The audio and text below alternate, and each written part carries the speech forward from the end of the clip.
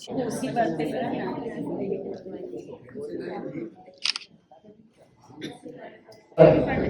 Thank you very much, Dr. Kiran Pandya, for the kind generous introduction. Let me begin by thanking the ISOPARB and KOGS Society, all the respected seniors, teacher of teachers, Dr. Mira, Dr. Kiran Sinha, Dr. Kiran Pandya, of course, so many other friends, Kanchan Sharma, Sangeeta Arya, Sunita Avasthi, all of you are here. Thank you very much for turning out in large numbers, even though it is actually a weekday. And despite it being a weekday, you are here to grace the occasion. Clearly humbled. Thank you very much for this opportunity. I'm here to talk to you about a very boring topic, and in fact, make it a little bit interesting. We'll also try and make it a little bit practical. I love that beautiful quotation which Madam started the entire program with, that medicine is an art where a doctor is continuously learning throughout life. It means that we are all students from day one till the day we die. And the rejoinder, the next sentence that should come after that, is that the only true wisdom is realizing that we actually know nothing. What I say to you today may become out of date 6 months from now. What I learned 30 years back in the 90s, what my teachers taught me, has definitely become out of date today. What I have taught my trainees 10 years back has turned on its head. There are a lot more clinical issues that we deal with today, which require us to unlearn what we have learned previously, reorient ourselves, relearn, and try to disseminate that to our friends, colleagues, in the hope that we can offer better options to our patients to come to us with a lot of hope. There are plenty of papers which are there regarding the burden of infertility throughout the world. But this one is specific and it's important because it was published in Human Reproduction in 2023 and it was actually picked up by WHO for the global guidance which they published in October this year.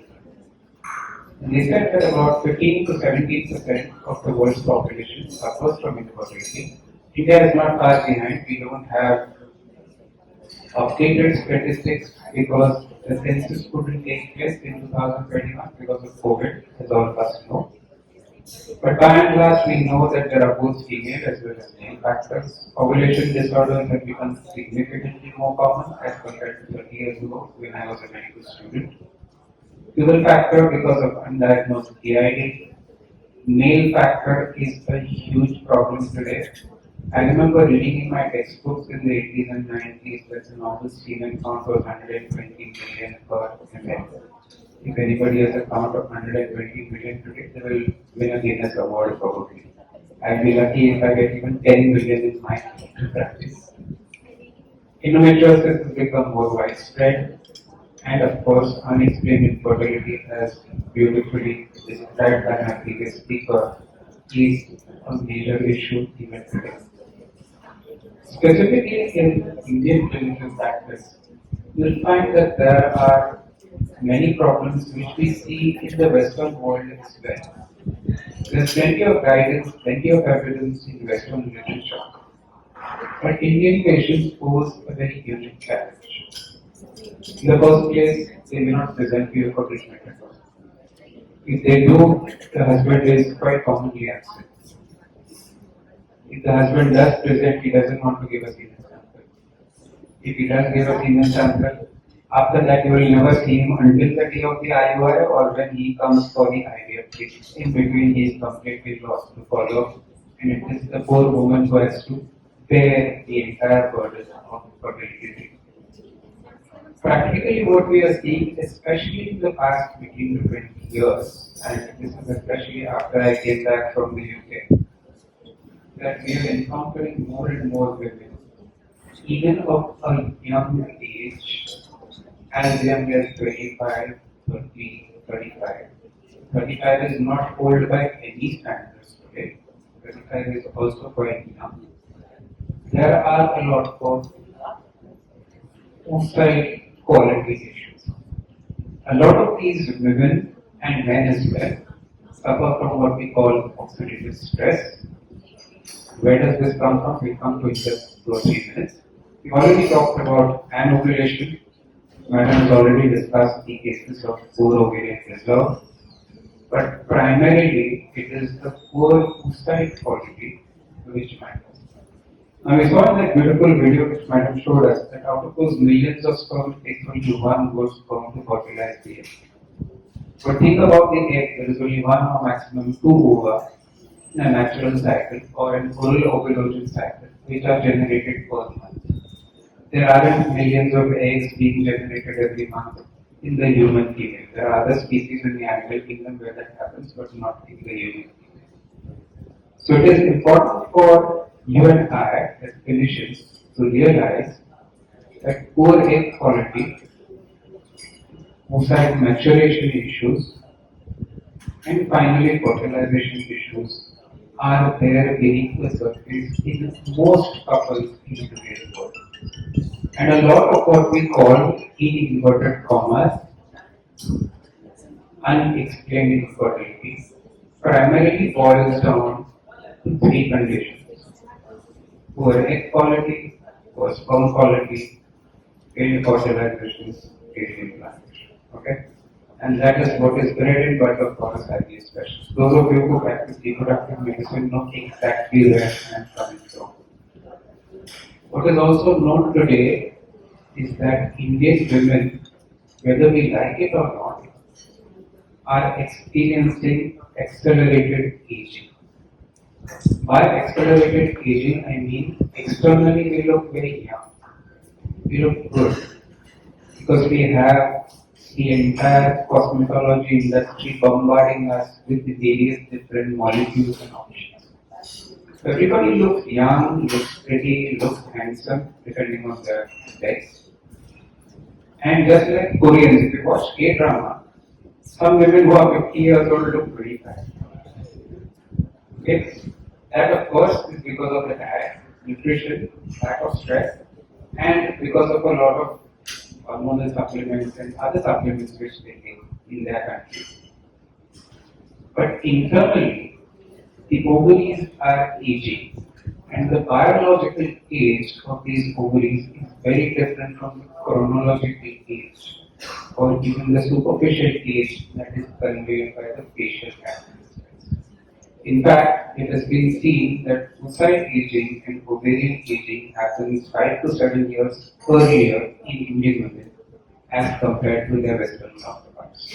If you remember your Spirov from the 90s and 80s, Spirov used to always say after the age of 35, oocyte quality goes down. After the age of 35, the number of eggs that you will get in response to stimulation drastically goes down. Even today, probably Spirov does say that in the new editions. But remember, these figures are for Western civilization. In India, this decline occurs 5 to 7 years before what our textbooks have taught us. Which means it's not 35, it is 28 to 30. And what is the most common age where women are getting married in India today? It is after 35. Okay? Especially if you go to metro cities like Mumbai, most couples are not able to afford a house until they are well into the late 30s. They simply don't earn enough. There is not enough financial independence. And by the time they present to someone like you and I for treatment, their ovaries have already depleted. We also know that oocyte quality is decreasing even at what we call as the normal age. If a woman of 30 comes to you and she wants to conceive, you are not going to think of accelerated aging. You are not going to think of reproductive aging. But you will see that these women also have a lot of accelerated aging, and you will only realize that once you stimulate them, you retrieve the eggs, and look at them under the microscope. Unfortunately, there are no biochemical tests, there are no blood tests, there is no CT scan, there is no MRI which will tell you that woman has poor quality eggs. What you will see on ultrasound are follicles. The egg is microscopic somewhere in the corner of that follicle. And until you do IVF or you retrieve those eggs, you look at them under the microscope and your neurologist takes pictures of them, you yourself will not know. When I started doing IVF 20 years back, it was a completely different picture. The eggs that I see today in girls as young as 28 and 30 are the same as eggs of women who are 40 years old, 20 years. So that I think is something which we all need to understand, we need to recognize, and we also need to be aware that a lot of women have something called as chronic inflammation and reactive oxygen species. Now, about 15 years ago, you will realize that a lot of male infertility issues started cropping up. And that was primarily because of what we call free radicals or reactive oxygen species. These led to different kinds of damage in the sperm, which includes lipid peroxidation, acrosome damage, damage to the DNA contained within the sperm head, and of course, multi and tail damage as well.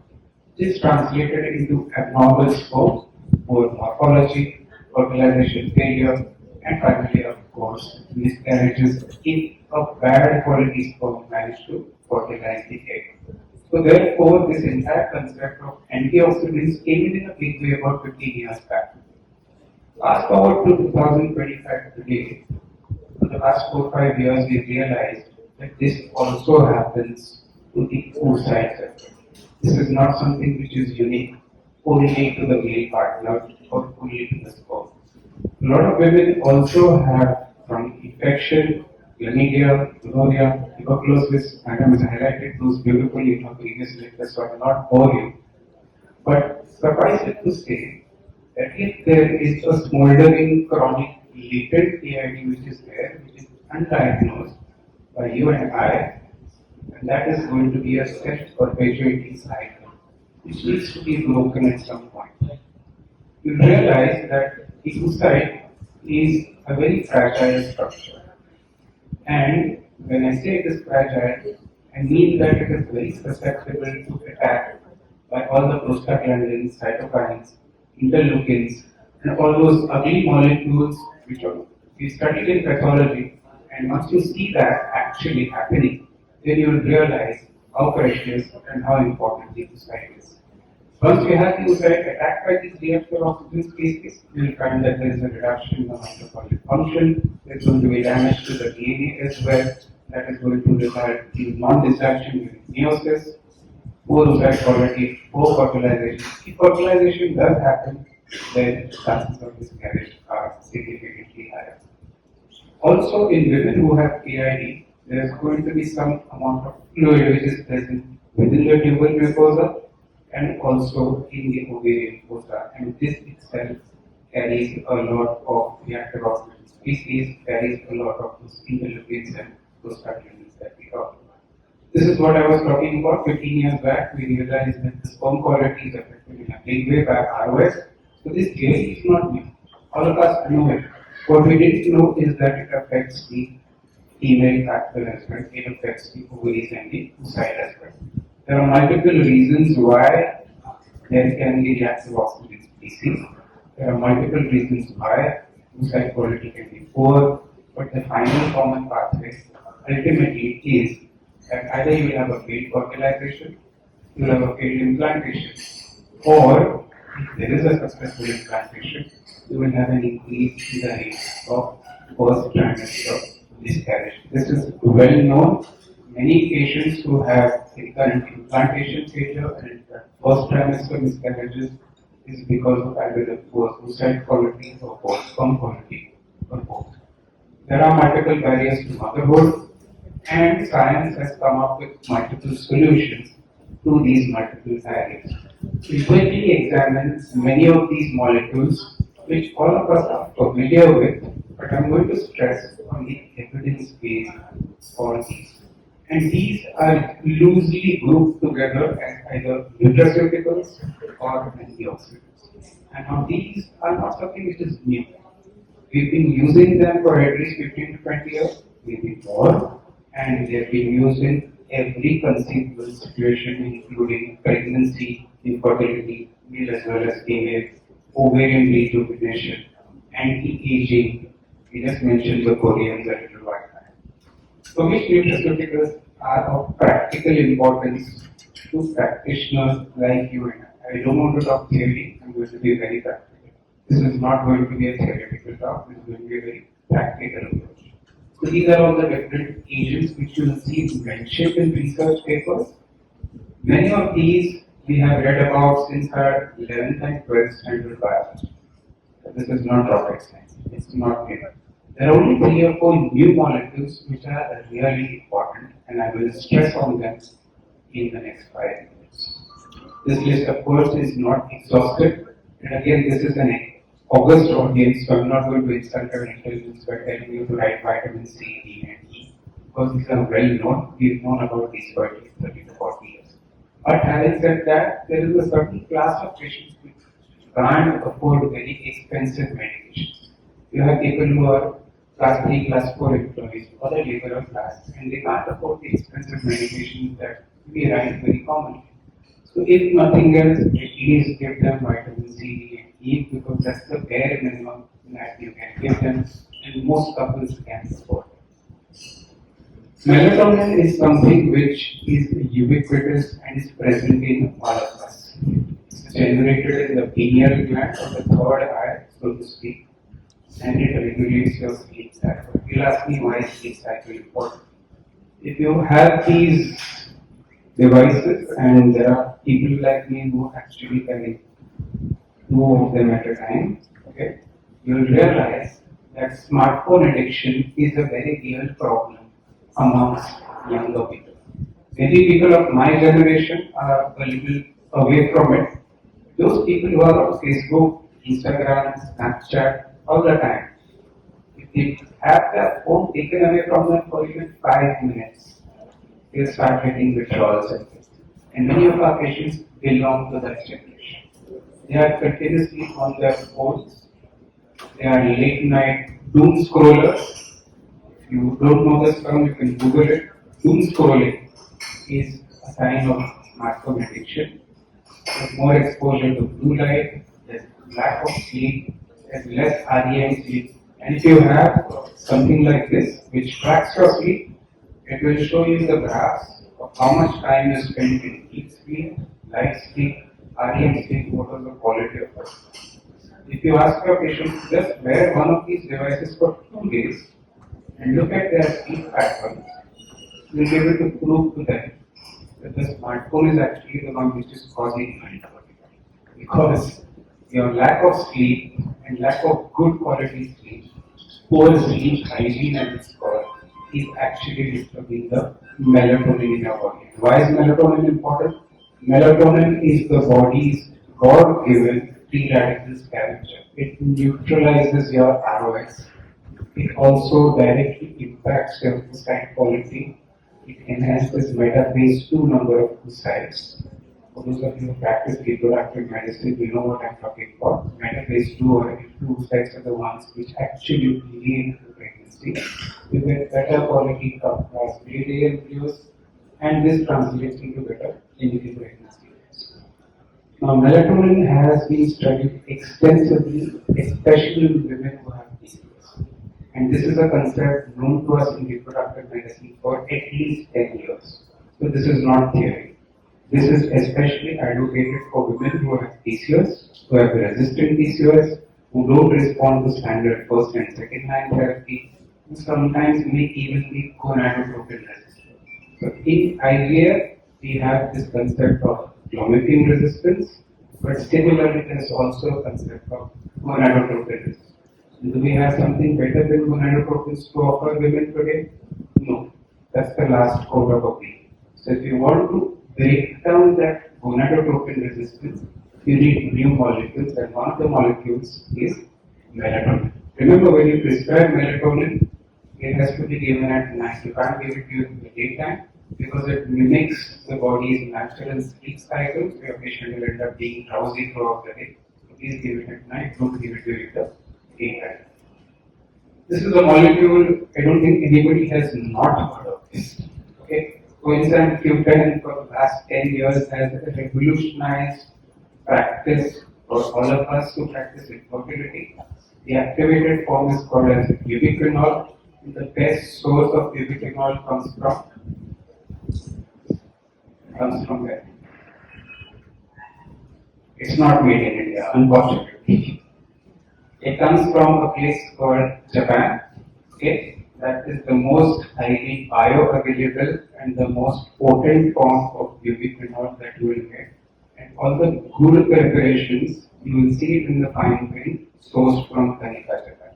Okay, the reason why we give ubiquinol both in male and female fertility is because it helps to rejuvenate the mitochondria, and the mitochondria are the seed of all the energy production in the oocyte as well as the sperm. Directly translates into better clinical pregnancy and much better embryo quality, therefore pregnancies. Another indirect evidence for the utility of ubiquinol is the fact that many of these women, when they come to us, they have a much greater chance of having aneuploidy or trisomy. Now, the most common trisomy that we talk about in clinical practice is trisomy 21. And if the woman manages to conceive, then you have to go through all the testing to identify it. But it can actually prevent the trisomy from happening in the first place. You do that by counseling the couple that at the age of 30, the chance of having trisomy is only 1 in 3. But by the time you present to us for treatment at the age of 38 or 40, the chance is very high, it's as high as 2 in 3. And you can reverse this and restore it back to the left by prescribing ubiquinol.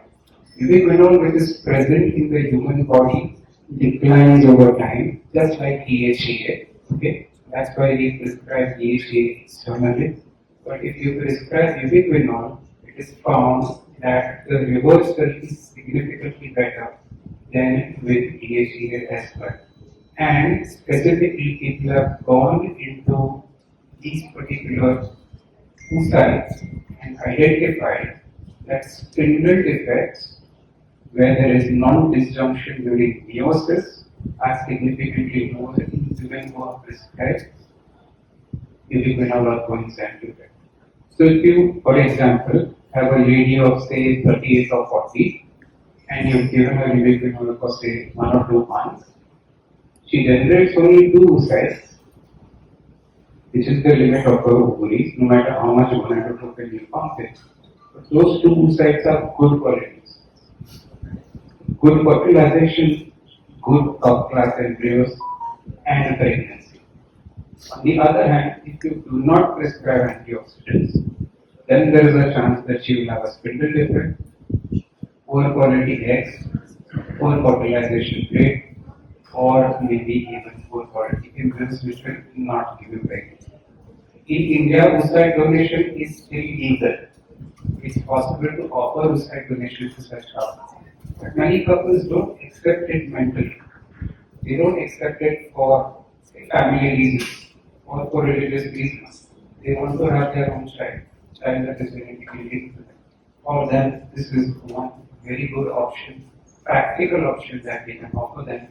Meta-analysis published in 2020 has shown that coenzyme Q10 supplementation increases the number of follicles, better D3 embryos, better clinical pregnancy rates, and better ovulation rates if they are not undergoing IVF. So I don't think I want to dwell on this too much because this molecule is well known to all of us and we've been prescribing it for quite some time. Another molecule which has come out about 10 to 15 years back and which we used to use specifically for women with resistant PCOS is called as N-acetylcysteine. You may have heard of it, you may have even used it, but now you will be surprised to know that N-acetylcysteine and glutathione, which is the molecule which is the active form of N-acetylcysteine, are actually being prescribed in Western countries, into Koreans also, as anti-aging agents. Okay, that's one of the secrets why Tom Cruise still looks 25 years old. He doesn't look 62 anymore.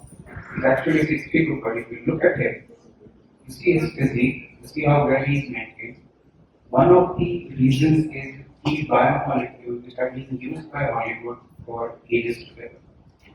As I said earlier, we had good papers and good research on N-acetylcysteine in PCOS women, but also supplementing these in women of advanced age who have reproductive aging increases your follicular fluid concentrations of glutathione, and as I said, glutathione is now being discovered today to be a very powerful anti-aging agent. There's one more agent besides NAC which gives you glutathione. I'll come to that in one of the slides. So this also gives you better oocyte quality, better clinical pregnancy cases like others. I don't want to talk much about LRG because all of us have used it for at least 15 to 20 years, both in male infertility, both in patients who have poor quality sperm, poor motility, in patients who have fetal growth restriction, to increase the blood flow to the placenta. And of course, we've also used it in women who have thin endometrium, which is a persistent problem in infertility practice. Repeated DNCs, as Madam spoke earlier, women who have tuberculosis, poor perfusion, L-arginine has been used widely. And the active agent is nitric oxide, as is well known to all of us. Again, I'm not going to read out this slide because all of us are very familiar with this molecule. I only want to focus on this molecule. Okay. If there is one thing which is the best thing since sliced bread in infertility practice, besides coenzyme Q10, it's resveratrol. Okay. If this is something which is new, I would suggest you go back home, Google it, resveratrol, glutathione, N-acetylcysteine. These are the big buzzwords, and for the next 10 years, we will see a lot of research and a lot of papers about these molecules. Okay. These are again mitochondrial energizers.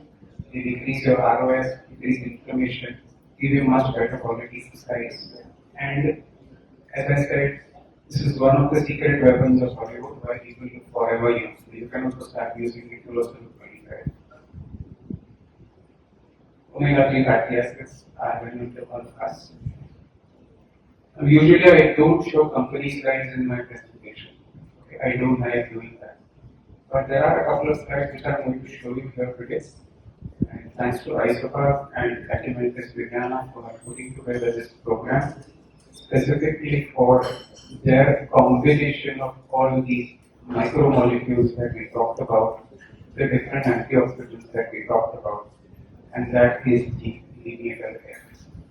So this is a concept which you will understand now when I was talking about each of these molecules. If you prescribe each of them separately, the bill to the patient will be in excess of 10,000 rupees per month. And even I can't afford it at that price. But if you package it well together at a reasonable cost with excellent bioavailability and single dose once daily formulation at night, you can break down the barriers to motherhood and you can break down many of these challenges which all of us encounter in daily clinical practice, many of which we recognize, but there are so many which we don't recognize, so many of which we are still learning, as I said, and where we need to offer good options and better options to our patients. That's the theory. What does meta-analysis say? If you look at the Cochrane meta-analysis published in 2020 on female fertility and specifically antioxidants, we realized that after looking at nearly 8,000 women in 63 randomized controlled trials with good quality evidence, they found that antioxidant therapy increases clinical pregnancy rates. So it's not only theory, it does work in clinical practice as well.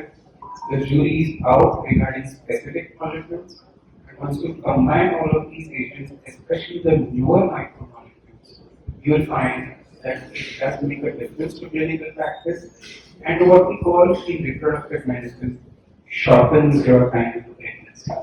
Because ultimately that is what matters to the patient. They are not interested in what you are writing. They don't care what resveratrol does or coenzyme Q10. They want results in the shortest possible time. Otherwise they do something else. And it's incumbent on you and I give results in the shortest possible time and make sure that they get a home baby in the shortest possible time. So to conclude, ladies and gentlemen, I have finished 29 minutes and 25 seconds. Antioxidants are a very essential component of the human body. Unfortunately, because of infection and various other processes, you will find that these are lacking in the human body. Because of chronic infection and inflammation, the active oxygen species are not only going to attack the sperm, but also the oocyte. As we said, there are millions of sperm, but there is only one or two oocytes. Generate good quality oocytes, generate good quality sperm, you will get results. It's more important to have good quality gametes to ensure that you have a pregnancy in the shortest possible time and which results in a take-home baby. Don't just be happy with 2 lines on the fertility card. You need to be able to give women a pregnancy which results in a live birth. Therefore, these nutrition agents make a lot of sense. And what I've spoken over the past 30 minutes is a very basic, simple, pedestrian, common sense. It's because there is no greatness where there is not simplicity, good results. Thank you for listening. Thank you so much, sir, for so well explained and practical take-home message. I would request Dr. Neelam Mishra to kindly give an expert opinion.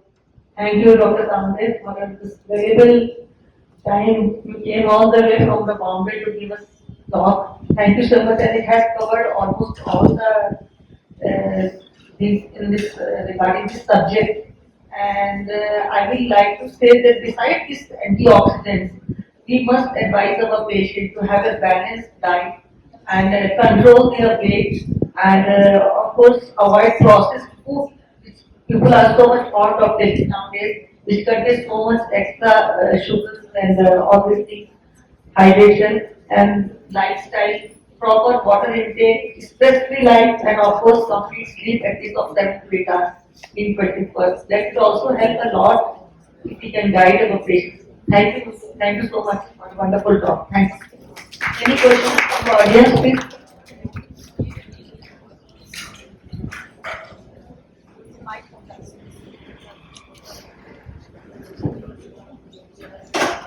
So nowadays, many companies are coming with combination of all these nutrients. How to decide which nutrient we have to choose as a nutrition? I mean to say, the composition of the main nutrient that we have to look for.